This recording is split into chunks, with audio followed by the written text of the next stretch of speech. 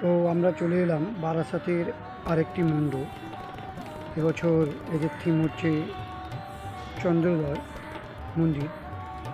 এই মন্দিরটা এখন হয়নি, এটার যে কোনো একটা ছবি থেকে এটা বানানো হয়েছে। চন্দ্রোদয় মন্দির বারাসাতে পল্লী অ্যাসোসিয়েশনের এবছরের থিম। ঠিক ঢোকার মুহূর্তের মধ্যে দেখতে পাবে এরকম একটা হাতি, যেভাবে বড় করে দেখাচ্ছি, দেখো চন্দ্রোদয় মন্দির।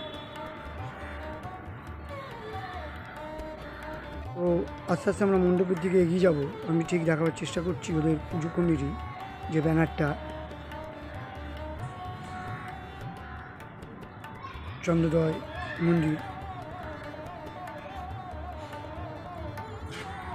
নবপল্লী অ্যাসোসিয়েশন, খুব সুন্দর এবছরের থিম। আমি আস্তে আস্তে মণ্ডপের ভেতরে ঢাকাবো এবং মন্দিরটার 118 ফুট উচ্চতা, মানে বারাসাতের এটা হচ্ছে সবচেয়ে বড় মণ্ডপ উচ্চতা দিক থেকে। তো আস্তে আস্তে আমরা মণ্ডপের ভেতরে ঢুকবো এবং মণ্ডপের ভেতরটা পুরো দেখাবো আপনাদেরকে। খুব সুন্দর এবং এদের মাতৃ প্রতিমা যে রয়েছে অপূর্ব সুন্দর, নাগরাজের মধ্যেই দেখাবে ওদের। এবং সাইডে এরকম গাছের ব্যবস্থা করেছে এবং নিচের দিকটা খুব সুন্দর যার ব্যবস্থা করেছে, এরকম মনে হচ্ছে যেন মার্বেল প্লাইয়ের উপর এক ধরনের প্লাস্টিক পেতে দেওয়া হয়েছে, যেন মনে হয় মার্বেল। খুব সুন্দর, দেখো উচ্চতাটা আমি দেখাচ্ছি, দেখো কত উচ্চতায় মন্দির। আস্তে আস্তে আমি মণ্ডপের ভেতরে প্রবেশ করছি। খুব সুন্দর এবছরে এদের থিম চন্দ্রোদয়। আজকেও অলরেডি অনেক ভিড় ছিল, দেখো খুব সুন্দর। নিচেরটা আমি দেখাচ্ছি, দেখো খুব সুন্দর করেছে যার ব্যবস্থাটা। আমি আস্তে আস্তে মণ্ডপের ভেতরে প্রবেশ করছি। খুব সুন্দর মণ্ডপটা করেছে এবছর এদের। দেখো উপরে যে ঝালুরবাতিটা অপূর্ব সুন্দর করেছে এবং চারিদিকে নানা রকম বিষ্ণু এদের মূর্তি রয়েছে বসানো এবং চারিদিকে প্লাই এবং ফাইবার দিয়ে এদের কাজ। ওপরেরটা দেখো খুব সুন্দর ঝাড়বাতি, সেটা দেখাবার চেষ্টা করলাম এবং এরকম বিমগুলো করা রয়েছে খুব সুন্দর।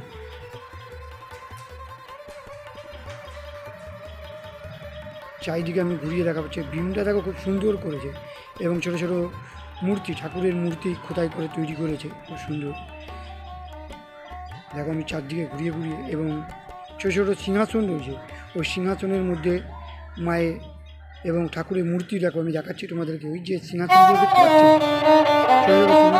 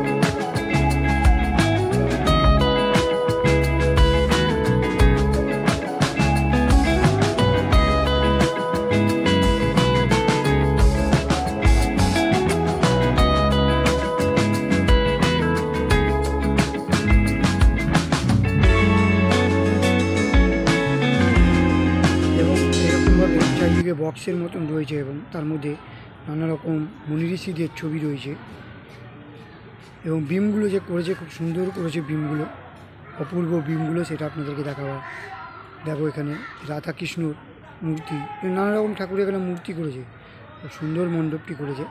আপনারা আসতে পারে বারাসাত স্টেশনের বাঁদিকে এই মণ্ডপটি, অর্থাৎ পাইনিয়ার ক্লাবের 10 থেকে 15 মিনিট হাঁটা পথে এই মণ্ডপটি আপনারা পেয়ে যাবেন।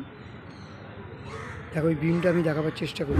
আবারও বলি, যদি ভিডিওটি ভালো লেগে থাকে চ্যানেলটাকে লাইক অ্যান্ড সাবস্ক্রাইব করে আমাদের পাশে থাকার চেষ্টা করুন।